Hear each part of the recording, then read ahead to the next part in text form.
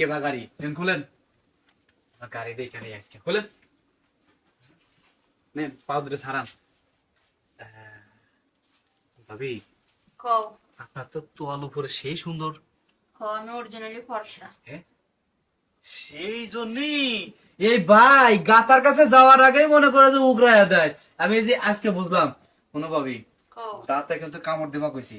সমস্যা নাই, তুমি আর কোলায় লও। হ্যাঁ দেখি 2 ঘন্টা। আমার হাফের না দিলে তোমরা কামায় না। কিসের 2 ঘন্টা? ফজর একটা সময় মনে করো যে দরজা খুলতে ভাই এসে ঢুকবি, তখন তুমি যা গোসল টোসল করে শোবা।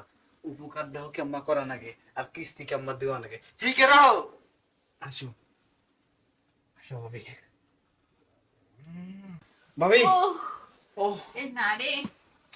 উফ, তুই তো সেই মজা দিতে পারিস। ভাবি আমার অনেকেই দুয়ার রাজ হয় না, ঠিক আছে? আর এই মেশিনের যন্ত্র নাই দেখে প্রতি রাত্রে গিটার মেরে মেরে ফেলি।